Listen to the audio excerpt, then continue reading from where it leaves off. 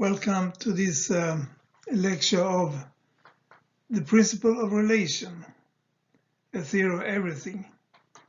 I hope to quite shortly describe to you why the principle of relation can be seen as a theory of everything. Then, what is a theory of everything?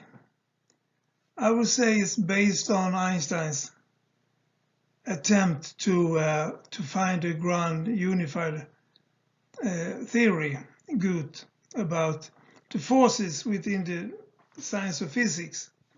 But when we are talking about theory of everything, we have to deal with everything. I mean, not only the physical science, but also other sciences. So nowadays, the accepted opinion is that physics is the most fundamental science, and that chemistry, medicine, and other disciplines are built on it. Well, I'm not sure there's a final answer. I'm more looking at the logic of behavior of all objects dealing within all sciences. So when we define the concept physical and reality to mean the same thing, saying that reality are also saying physical, they are just two concepts denoting the same thing, then we can start with any science, with any field of the reality to understand a theory of everything. It's a huge subject, so I have to be a little bit speedy. I hope it will do. We have views of the world today, and we are familiar with them. Within physics, the quantum theory, theory of relativity, table of elements, standard model, different ideologies and religions, etc., etc. But since the world is challenging severe problems, both within the societies and within the science, and we can see here, just like nuclear weapons, we have population growth, lack of water, the climate changes, etc., etc., etc. We can talk about this for hours and hours.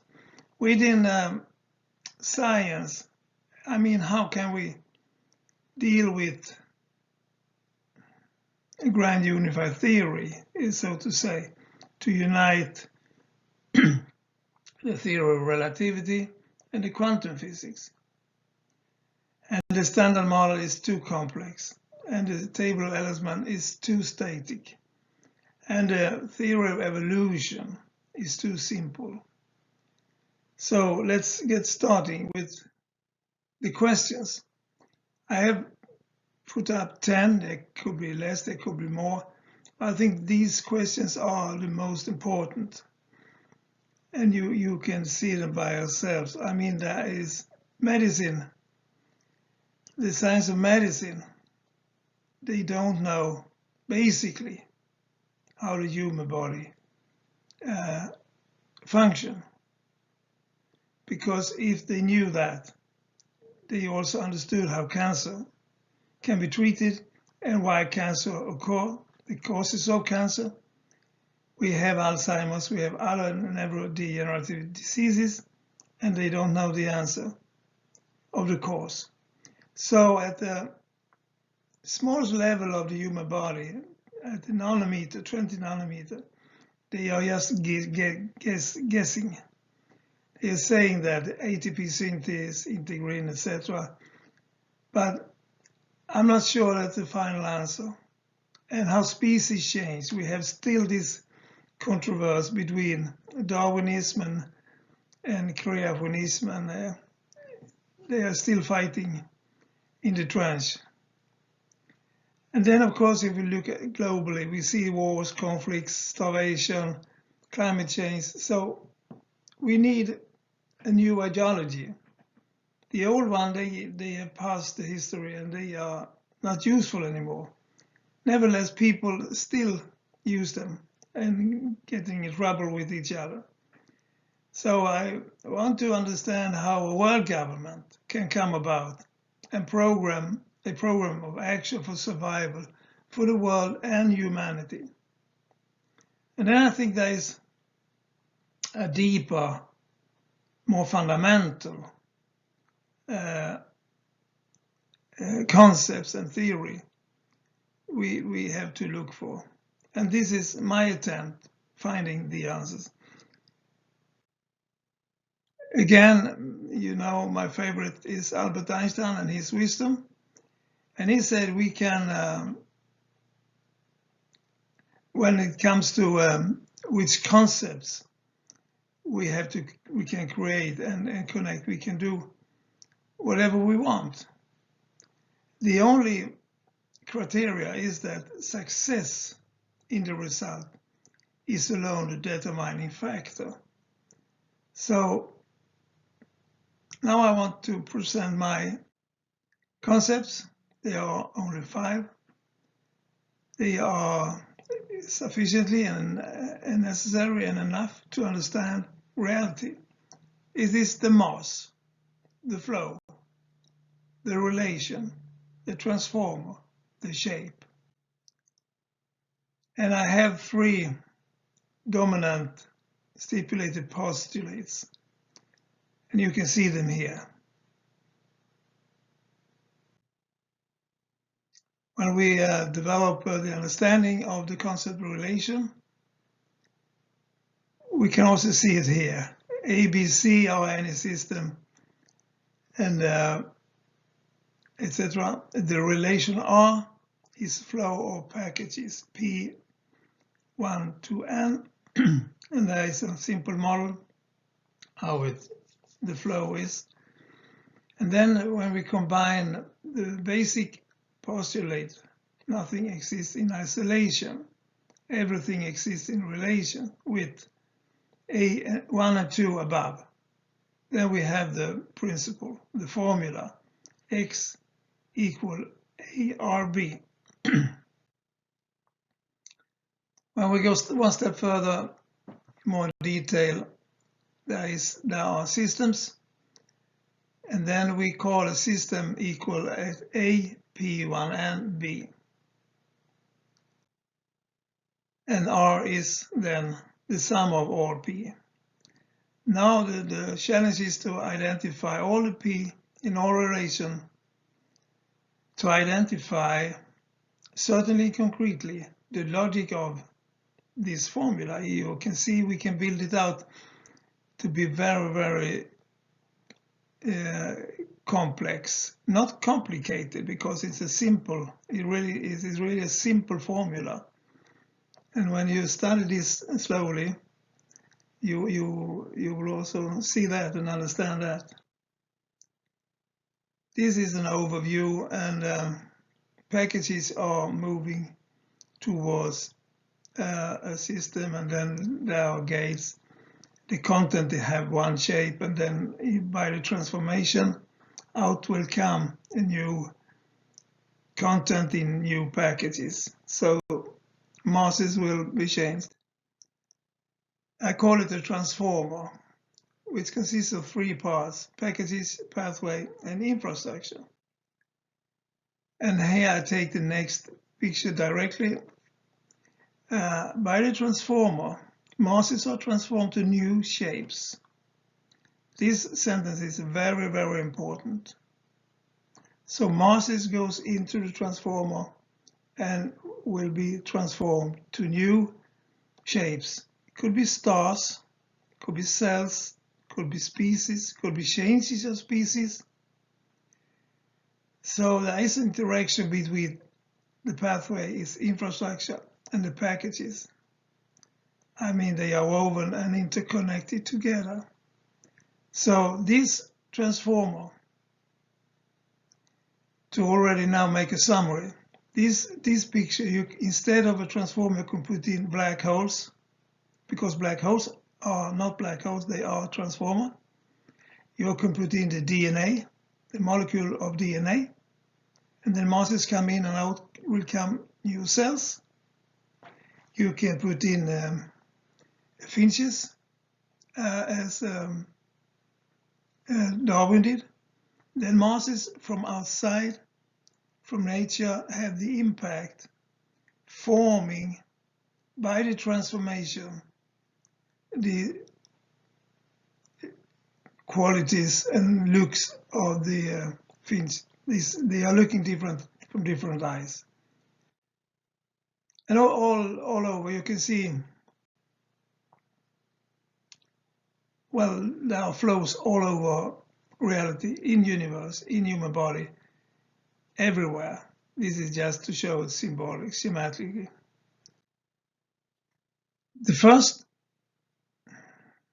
not proof, but indication that this principle of relation are worth looking into, because the principle of relation predicted that black holes create stars, and now we have seen it by the Hubble Space Telescope.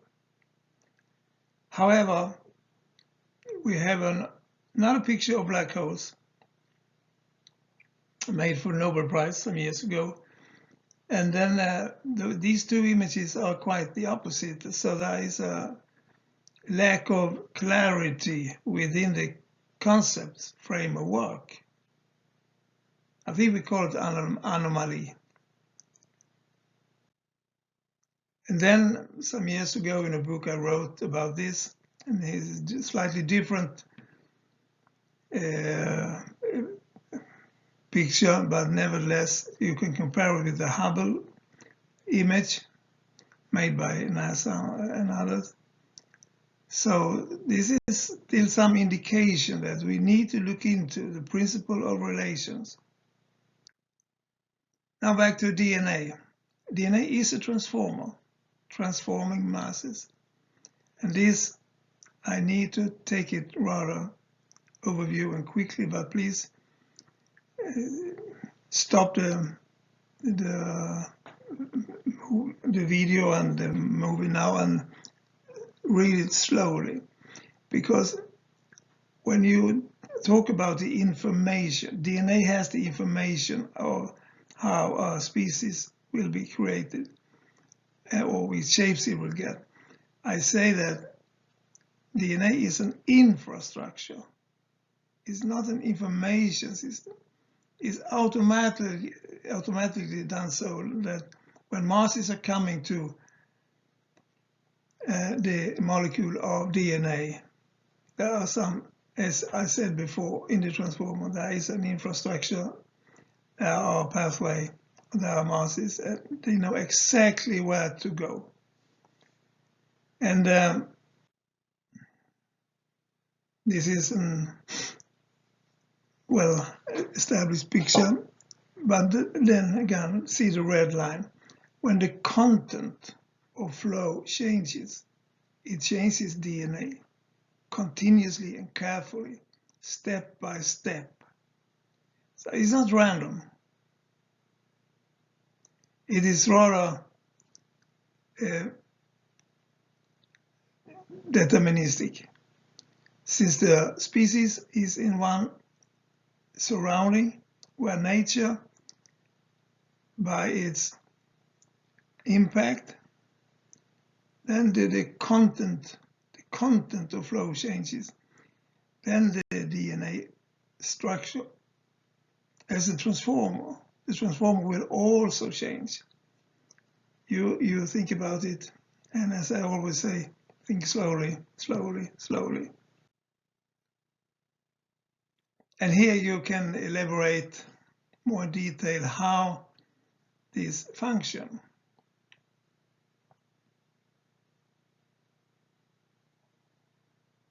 Stop the video, read slowly. The same goes for the Earth. With the red line is the flow packages, and it will continually come to Earth, and then the surface and this geometry and architecture of the surface of the Earth will change. You know, we came from Pangaea, to Earth as today, and this is the future of the Earth. It is made by continuous flow who transform the Earth. Well, now maybe you think this sounds crazy, but when we go to the human body, and this is just the first step. I have written some books about it and articles, so this is an overview, too simple, but you can see when the relation is damaged by the gates are closed, then the packages cannot go into the cell, and then the cell will have no nutrition, and the cell will be crazy. They need, you know what I mean, when you are hungry as a person for many hours, maybe many days, you get crazy. And you are living in Africa, you have no food, you get crazy. You just start walking to Europe. Same principle at the level of the cells. The cell gets crazy. When the cell gets crazy, we call it cancer. But it is damage flows. The same as with the Alzheimer's disease. Now also we have to look into how the flows function. And I mean the ATP synthase and the integrin, who today take care of the nutrition from A to B. If there are some disturbances or damaged flow or damaged content, Alzheimer's will be the result. And the same goes for ALS and Parkinson's. So at the most fundamental level, the principle of relation can explain, but the different applications are different because there are different content in the packages. And of course, when we study the Middle East and as it seems, never-ending conflict between the countries, Israel and the Palestinian countries, and they are, as we were in Sweden in the 15th, 1600th century, Danish people, we killed them and they killed us. But finally, we got peace, and you see, A is Israel, B is Gaza split. And you know what's happening inside an isolated geography. And then there is damage. Israel cannot be safe as long as B is isolated. But this is also, again, a consequence of damaged relation. And, well, that's very short and quick, but here are books and articles you can see, and you can study everything in detail. But what I now want to summarize is that saying that principle of relations can be seen as a theory of everything, and then it's broadened. It's not only dealing with the physical reality and the science of physics, is dealing with all fields of reality. Otherwise, we can't call it a theory of everything. And I think we need to go up a step and look down to reality. And maybe when you study this slowly, as I always say, maybe you will find some new angles. I hope so. Thank you for now. See you again, I hope. Bye-bye.